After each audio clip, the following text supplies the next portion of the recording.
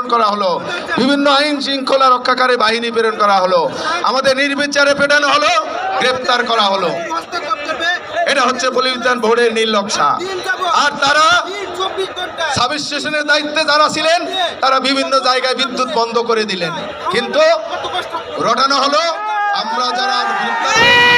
আমরা বিদ্যুৎ বন্ধের কারণে গ্রেপ্তার হয়েছি, আমরা নাকি বিদ্যুৎ বন্ধ করেছি।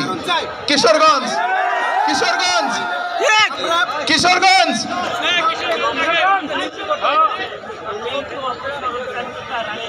আচ্ছা, যাই হোক,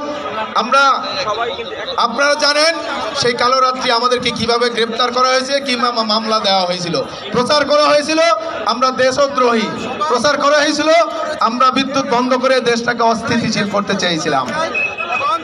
আমরা জেলে ছিলাম, জেলে থাকার পরেও আমরা জেলে ছিলাম আমাদের শান্তপূর্ণ